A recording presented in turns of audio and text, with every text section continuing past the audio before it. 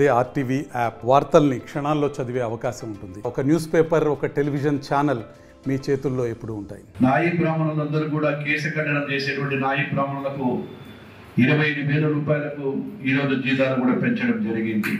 కూటమి ప్రభుత్వం వస్తే 150 నుంచి 200 ఇవ్వడం జరుగుతూ ఉంది. అదేవిధంగా ప్రస్తుతం రాష్ట్ర వ్యాప్తంగా అర్హత కలిగిన 40,000కు పైగా ఈ యొక్క సెలూన్ షాపులు ఉన్నాయి. వాటికి అందరికీ కూడా 200 యూనిట్లు ఇవ్వడము. ఈ యూనిట్లు ఇవ్వడం వల్ల దాదాపుగా ప్రతి సంవత్సరం 100 కోట్ల రూపాయలు ప్రభుత్వం మీద భారం పడుతూ ఉంది. గత ప్రభుత్వం చేసినటువంటి పాపాల వలన, ఆ ప్రభుత్వం నిర్లక్ష్యం వల్ల కూడా ఈరోజు ఎన్ని ఇబ్బందులు ఉన్నా పేదవారి సంక్షేమమే ముఖ్యం. ఆ సంక్షేమంలో భాగంగానే ప్రతి సంక్షేమం పేదవారి కోసం, అర్హులైన వారికి కూడా ఇవ్వడం జరుగుతూ ఉంది. రేపు ఆగస్టు 15వ తారీఖున మహిళా శక్తి కింద మహిళా సోదరిమణులన్నిటికీ కూడా ఉచిత బస్సు కార్యక్రమాలు. అంటే ప్రభుత్వం ఒక లక్ష్యంతో పనిచేస్తూ ఉంది.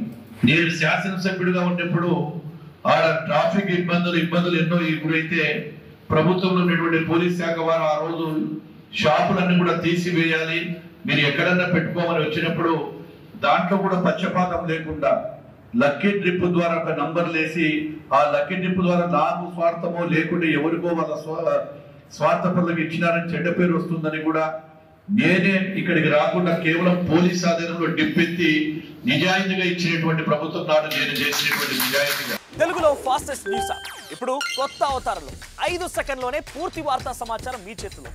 సోషల్ మీడియా ట్రెండ్స్ మీ కళ్ళ ముందుకే live TV and voice search options తో ఇప్పుడే డౌన్లోడ్ చేయండి. యాప్ లింక్ డిస్క్రిప్షన్ లో ఉంది.